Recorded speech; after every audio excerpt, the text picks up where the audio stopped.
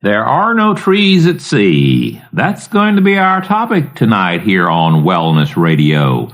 This will be an overview of wellness psychology and the whole concept of how personal retreating can be of value for you. There are no trees at sea. How obvious this sounds when one first hears it.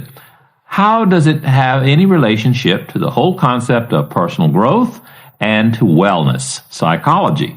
Well, here in Galveston, during the months of January, February, and March, we are fortunate to have a natural phenomenon that lends itself well to the whole area of personal growth psychology. As the warm winds from the south come over the Gulf of Mexico, they hit the cool land and fog is formed. Fog is one of those beautiful acts of nature that gives us a chance to really reflect on how much we depend upon external guideposts for living our normal everyday lives. In other words, on a bright sunny day or even in the evening, I can drive all over the island or even on the mainland, and I have reference points. I have trees, I have telephone poles, I have buildings, I have billboards, all kinds of reference points to let me know where I am located. I have street signs that tell me what street I am on and streets that I intersect. These give me guidance on getting from point A to point B. What happens whenever fog rolls in during these winter months? Well, fog cuts off my visual acuity, cuts off my visual chance to see what is around me. My normal, typical, everyday reference posts are lost.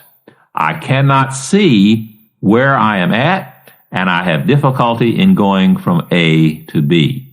So fog cuts down one's chances of depending upon the typical, normal patterns of life. Now, if I am at sea, and you've ever been on a cruise ship, you notice that one area of ocean tends to look a lot like another area of ocean.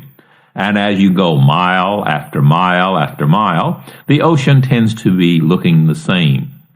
You depend upon other external reference points like the stars or the sun or the moon or some other source to be able to tell you where you are.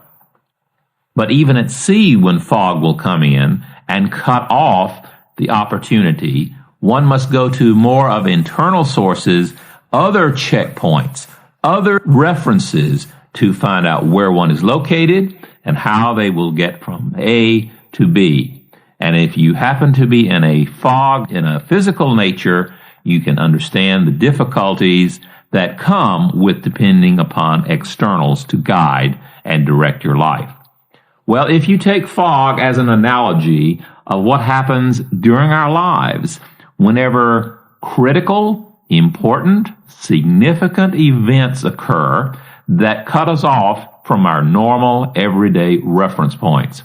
For example, if a spouse dies, when our parents die, whenever we lose a job, whenever we are in a severe accident, an illness occurs, or something happens where our reference points that are normally and typically guide us through our lives are altered and or lost. How do we then respond? So often, people who depend entirely upon externals to guide and direct their lives are lost. Just like me driving around Galveston Island. If I depend entirely on externals, I can get lost in a hurry. When one is forcing themselves to confront and adapt to emotional fog, such as the losses or the changes that occur in one's life, that we were mentioning just a few moments ago, there is a need to develop an internal compass, developing an inner order, something that we can refer to inside of ourselves that gives us a chance to evaluate, to contemplate, to make decisions on what would be appropriate for us to do in this particular situation. We have a concept in psychology called a continuum thinking. Continuum thinking is going from point A to point B as a matter of degrees. I call it a feeling or cognition differentiation scale. To differentiate and realize that most behaviors, most cognitions, feelings come in degrees rather than black and white, good or bad, right or wrong, either or kinds of views. For example, if you will take a continuum, which is a line going from 1 to 10, we will try and visualize that in our minds right now and say that point 1 represents extensive, almost total external direction in our lives. A person who would be labeling themselves as a point 1 would be someone who would live their life entirely directed by external influences. Going all the way down to the other end of the line, where we have a 10, this end of the continuum would be someone who is focused entirely on internal listening. Their guidance and their guidepost for daily living come from within. I personally believe that extremes tend to be, for the most part, unhealthy. Yes, there are some times when ones are appropriate, and there are times when tens are appropriate and healthy. But I find that as I interact with people who come and talk with me, and as I live my own life, I find that people generally fall in the 2 through 9 range. And yet most people have not had any opportunity, have not had the experience to find out what living and operating and feeling in the degree range of 2 through 9 is all about. Where are these externals as we try to sort out our 1 through 10 process? Well, the externals that I'm talking about come from parents. Parents tell us what we believe, what we value, what our opinion is, what we're supposed to do with our life, things that are important to us, things that are unimportant to us. They give us labels, etc. Now, parents do it, friends do this, the church does it to us, schools do it to us, employers do it, and of course the mass media, newspapers, television, and even radio are out there trying to define for us who we are, what is good, what is appropriate, what is in and out. So we're constantly getting externals. The more we rely on externals, the closer we are to that 1 on that continuum we were mentioning earlier. If you get to the point where you can rely on internal listening, that skill, that talent that most people have never really had a chance to develop. The ability to listen internally will be down at 10. I believe that emotional and mental health is the capacity to experience 1 through 10, not 1 or 10. I believe that as we grow up, we are constantly forced to record our tapes about what other people see in us and how they particularly perceive us. These externals are then internalized. The values and beliefs of our society then become us. That's who we are. We internalize these externals about ourselves and the world in which we live, and they become us. And sometimes they work very healthfully for us, and other times they tend to produce unhealthy responses. I remember someone saying once that children are the world's greatest recorders, but they're also the world's worst interpreters. What does that mean? As we grew and as we evolved, we got to hear what other people told us we were. They got a chance to define ourselves through listening to other people. We got a chance to find out whether we were tall or short. Not whether we were 6 feet or 4 feet or 3 feet, because those are definitive measurements. But if we were tall or whether we were short, because that's a value judgment. We got a chance to find out that because someone told us whether we were too fat or whether we were too lean. Someone told us, and they gave us names like fatty or beanpole. We had a chance to get characteristics like hair color, being called carrot top or red or something like that if we happen to have red hair. These messages were constantly being recorded in our inner conscience.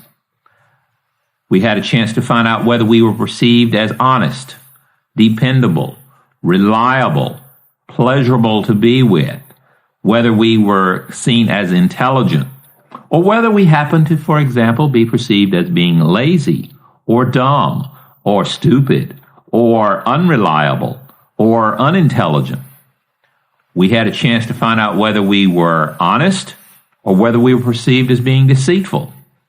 As I talk to you, you are hearing what I'm saying.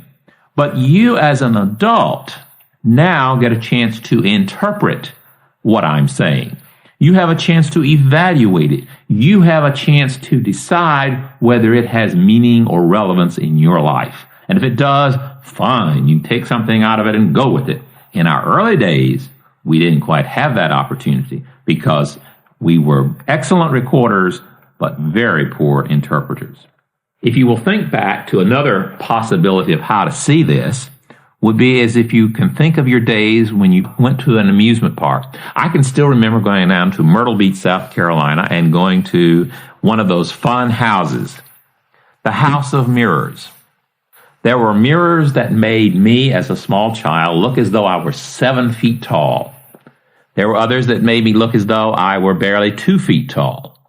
Which was I? I was neither one, but the mirror that I was looking at, and it was really me, said that I was either 2 feet tall or 7 feet tall.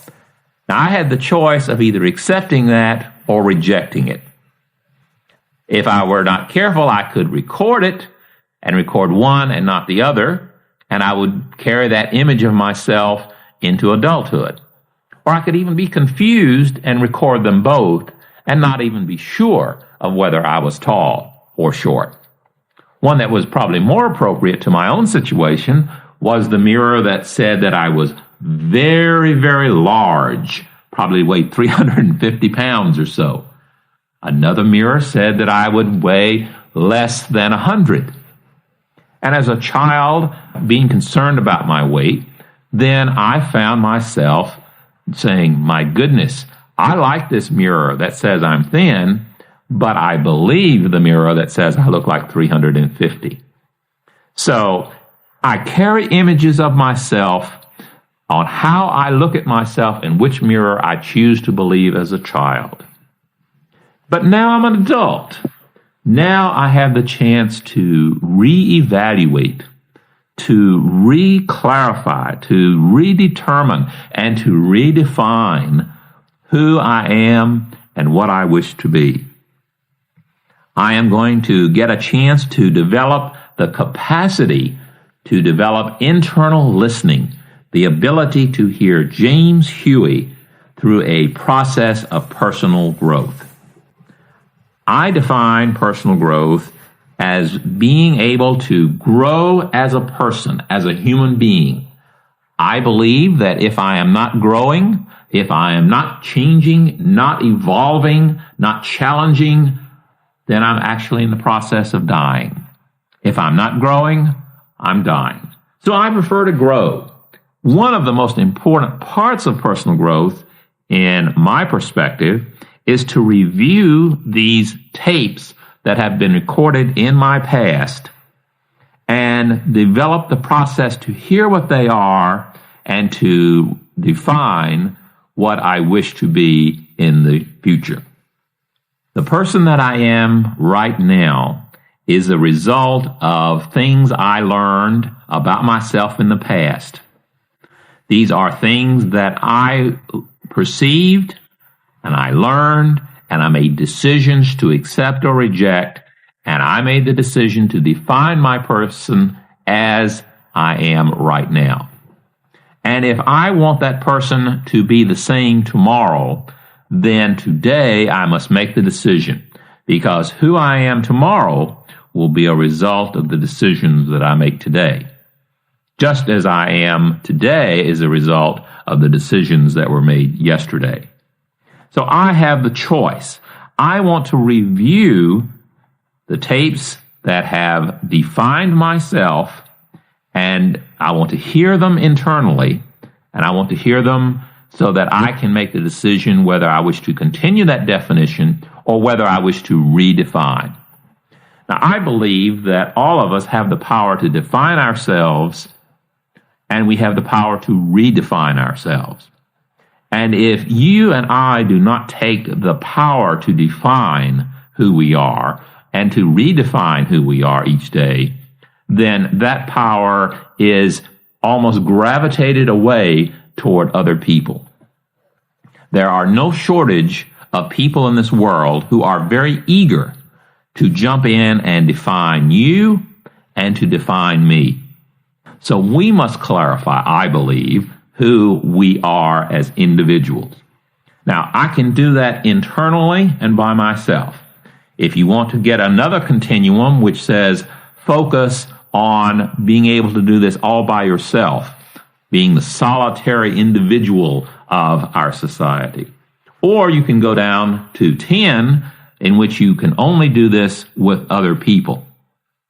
I tend to be more toward the idea that interacting with other people gives me a more balanced perspective of who I am. It gives me a chance to clarify and define myself in the company of a non-judgmental friend, someone with whom I can dare to be myself. And once I find this person, I want to develop my own personal plan to understand what I have already written in my life novel, the chapters that I am writing today in my life novel, and the chapters and story that I want to tell for my future. Whatever amount of future that I have left, I want to know that I have the chance to understand it, and I have the chance to change it if I am so willing to do so. I am not a victim of life. I am the author of my life. That gift has been given to me, and I have the chance to write it. If I can accept that awareness, then I can also accept that responsibility. How does one go about reviewing these internal tapes? Well, to me, the first thing is to discover them. And that's why I find interacting with someone else is so helpful for me. If I want to find out what is inside of James Huey, what are the things that make me the person that I am, then I have found that if I can interact with someone else in a very safe, non-judgmental, comfortable hospitality of listening, then I have a chance to discover what's in here. If I can tell you what is inside of me, then I have a chance to overhear it. I have a chance to respond to it. But I also, most of all, have a chance to discover it in the process of letting it come to the surface, letting it rise, letting it come out so that I can see it, so I can touch it, so that I can feel it. And also, I am giving that gift to you so that you can help me discover what in the world is going on inside. Now, after we've discovered some of these tapes and some of these perceptions, and I don't know why, but so many people tend to be frightened that this process of discovering is going to turn up something very, very negative. I don't know why, but it seems that we're almost totally astounded if we do some probing and exploring and suddenly discover some really neat, positive, healthy, fun things about who we are. I find that after I discover what's going on, what are the tapes and the perceptions and so forth that have happened to me in the past, I want to clarify. What does that feeling mean? It's down there in my gut, but I really want to clarify it. I want to get it sharper. And after clarifying it, and I can get it into perspective and I can see it, and I kind of get a view of it, I'm ready to explore it. After exploring, one can weigh the pros and cons of the certain particular behavior or attitude, and what are the current outcomes of this particular opinion, belief, or behavior. For example, let me give you one that I find kind of amusing about myself. When I was a child, my mother used to say, Jimmy, whenever you open a Coca-Cola bottle, be sure as you take the cap off to run your thumb around the top of the bottle. Why? To make sure the glass had not chipped and to make sure my lip wouldn't be cut. Well, I listened to Mother, and just like other messages that were recorded in my sound system and my image system and my feeling systems, things like when you get to the street, look to the left, look to the right to make sure no cars were coming, and then cross.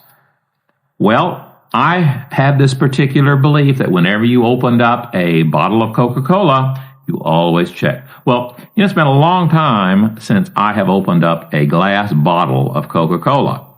Now Coca-Cola comes in plastic bottles and it comes in aluminum cans. But the tape is still playing in James Huey's head. So what do I do now? Well, whenever I open up a aluminum can of Coca-Cola or a plastic bottle of Coca-Cola, I run my thumb around it just to make sure that there is no chipped glass. And I do it so quickly, I don't even notice it. As I look at that, I see the price to be paid, and I say it's a low price. It's a habit, it's done quickly, it doesn't hurt me, it doesn't hurt anyone else, and to change it would take an awful lot of effort and energy. Therefore, I'm not going to change it. I'm going to leave that as a unique and kind of a quirky part of me. That's the power that you and I have as we evaluate ourselves. We have that power. So personal growth is reviewing tapes like that, things that are probably even more important to us, and making the decision whether we wish to keep them the same or whether we wish to change. And as we develop a plan for continuous growth, continuous processing, this becomes personal development.